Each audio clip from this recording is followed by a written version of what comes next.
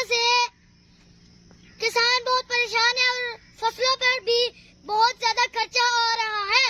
तो हमारा जो ये मुल्क है ना, ये ज़राई मुल्क है, तो हमारी हुकूमत को चाहिए कि किसानों को रिलीफ दे और खाद और दवाइयाँ सस्ती दें ताकि फसलें ज्यादा हों और मुल्क की जरूरत के लिए ज्यादा आ सके।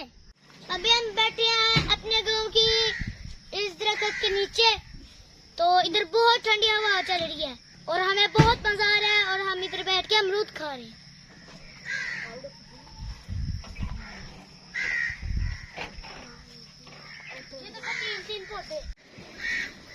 अभी मेरे जो दोस्त है ना वो पौधे खा रहे हैं, तो मैं देखता हूँ कौन से पौधे खा रहे हैं।